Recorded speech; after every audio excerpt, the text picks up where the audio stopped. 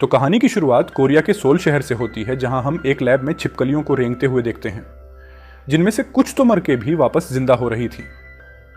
देखने से साफ पता चल रहा था कि ये सभी किसी प्रकार के एक्सपेरिमेंट के सब्जेक्ट्स रहे होंगे।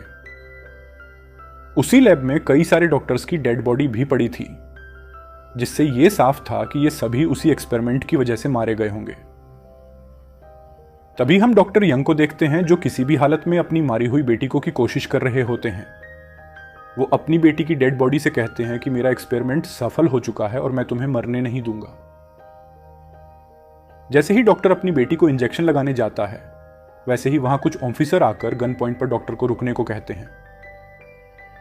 वो डॉक्टर को बताते हैं कि तुम्हारे एक्सपेरिमेंट के चलते कई सारे लोग मारे जा चुके हैं, इसलिए यह सब कुछ अब तुरंत बंद कर दो। मगर यह सन की डॉक्टर किसी की एक सुनने को राजी नहीं होता। ऑफिसर्स को बोलता है कि मैं नहीं रुकूंगा, मुझे अपनी बेटी को बचाना है। इसलिए डॉक्टर अपनी बेटी को इंजेक्शन लगाने लगता है।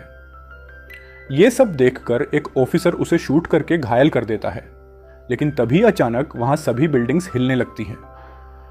बाहर देखने पर पता चलता है कि पूरे कोरिया में एक भयंकर भूकंप आया है, जिससे बिल्डिंग के अंदर मौजूद सभी लोग मारे जाते हैं। यहां से कहानी सीधे 3 साल आगे दिखाई जाती है, जहां सभी संसाधन खत्म हो चुके हैं। पूरा कोरिया बंजर बन चुका है। लोग बड़ी कठिनाई से अपना गुजारा करते हैं। कई सालों से बारिश ना होने की वजह से खाना और पानी दोनों मिलना काफी मुश्किल हो गया था। यहां हम जीवन नाम के एक आदमी को देखते हैं, जिसे अपने सामने एक मगरमच्छ दिखाई देता है। वह तुरंत तीर की सहायता से उस मगरमच्छ को मार डालता है। जैसे ही जीवन उसकी तरफ बढ़ता है, तो वह मगरमच्छ एक बार फिर जिंदा हो जाता है और जीवन पर हमला कर देता है।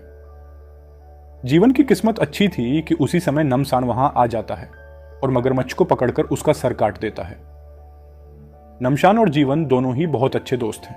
ये दोनों अपना गुजारा करने के लिए मिलकर जानवरों का शिकार किया करते हैं और शिकार किए हुए जानवर का मांस ले जाकर पास ही की मार्केट में बेचा करते थे। बदले में लोग उन्हें पीने के लिए पानी और अन्य चीजें लाकर दिया करते थे। दोनों दोस्त मार्केट में उस मगरमच्छ का मांस बेच रहे होते हैं कि तभी केट नाम की एक लड़की खाने के बदले बहुत सारा सोना ऑफर करती है, मगर ये दोनों ही उसे लेने से मना कर देते हैं, क्योंकि भूकंप के बाद सब कुछ तबाह हो चुका था, इसलिए अब किसी की कोई वैल्यू नहीं रह गई थी। मगर वो लेडी कहती है कि सब कुछ ठीक हो जाने के बाद इसे यूज कर लेना।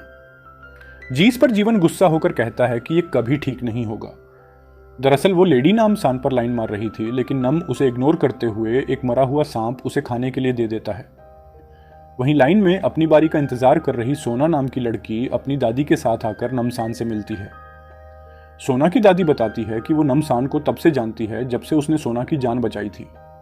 इस पर नमसान कहता है कि सोना मेरी बच्ची जैसी है।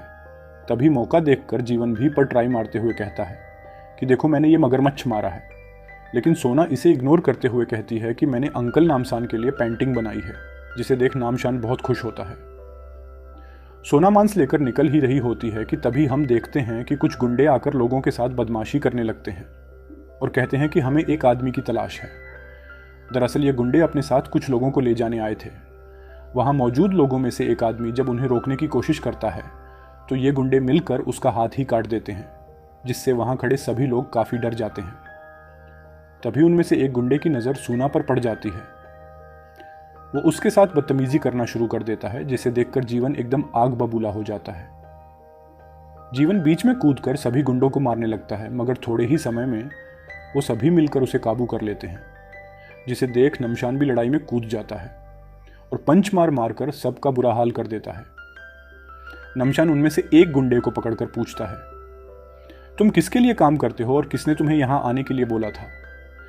नमसान से डरकर वो गुंडा तुरंत उसे बता देता है कि हम टाइगर के आदमी हैं और उसी ने हमें यहां आने के लिए बोला था। नुमसान उन सभी गुंडों को बोलता है कि जाके अपने बॉस टाइगर को बोल देना कि अगर दोबारा वो नुमसान के इलाके में दिखाई दिए तो अंजाम अच्छा नहीं होगा। नुमसान का नाम सुनते ही सभी गुंडे डर के मारे वहां से भाग खड़े होते हैं। दरअसल बहुत ही फेमस फाइटर और हंटर हुआ करता था। उसकी मार से लोगों की हालत टाइट हो जाया करती थी। गुंडों के जाने के बाद जीवन और सोना उसे थैंक यू बोलकर अपने काम के लिए निकल जाते हैं। काम खत्म करके नुमसान और जीवन अपने घर की तरफ जा ही रहे होते हैं कि तभी वह दोनों सोना के घर के बाहर कुछ लोगों को देखते हैं और खतरा ना हो इसलिए नुमसान जाकर पूछता है कि यह सब क्या है। कभी भीड़ में खड़ी सिया नाम की एक लेडी उसे बताती है कि हम लोग गवर्नमेंट की तरफ से आए हैं। हम पास में बने एक सरकारी अपार्टमेंट में 20 साल से कम उम्र के बच्चों को उनके पेरेंट्स के साथ फ्री एजुकेशन देते हैं, क्योंकि बच्चे ही कल का भविष्य हैं।